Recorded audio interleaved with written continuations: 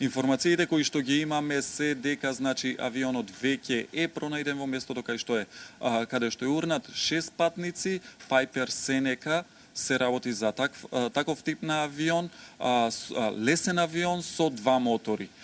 Информациите кои што ги имаме и официјални се дека авионот тргнал од Тривизо, во Скопје требало на Скопскиот аеродром да дополни гориво па да продолжи кон Приштина. За каков тип на авион се работи и првично што би можело да доведе до оваа несреќа? Да.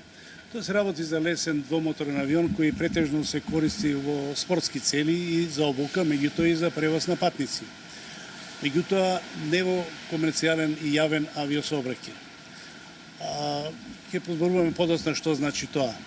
Авионот полетел од Тревизо за Приштина, меѓутоа слетел во Скопје, затоа што претпоставувам најродовно во Приштина нема такво гориво како што го троши тој авион.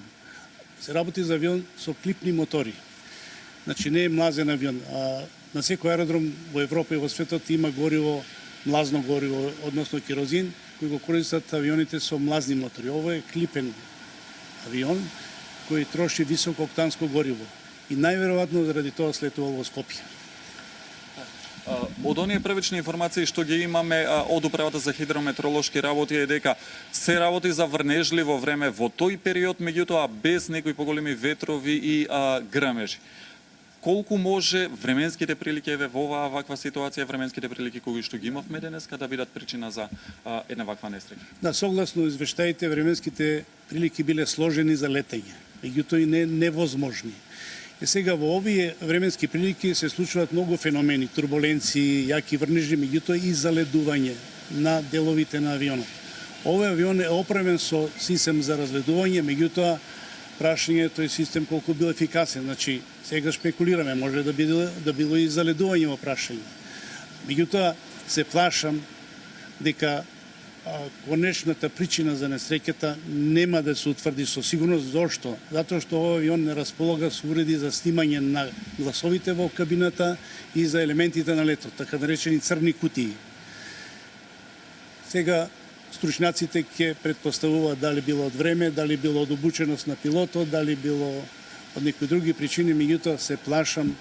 Јас имам учествувано во неколку комисија за истрага на летови, тогаш ни беше полесно кога имавме податоци од кокпитот, разговорите меѓу пилотите и од снимачот на летот. Меѓутоа овој авион нема такви уреди.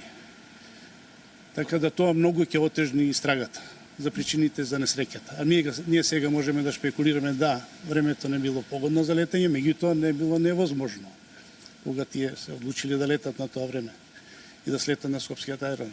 Така, со оглед на тоа што, како што споменавте, овој авион нема црни кутии, нели, за снимање на гласовите, претпоставката е дека истрагата ќе оди тешко и би резултирала без некои конкретни заклучоци базирана на претпоставки. Да, сега ќе се обрне внимание на обученоста на пилотот за летење под овие услови и на исправноста на авионот за летење по овие метеоролошки услови. Ја мислам дека тука ќе треба да се бара причината за несреќата.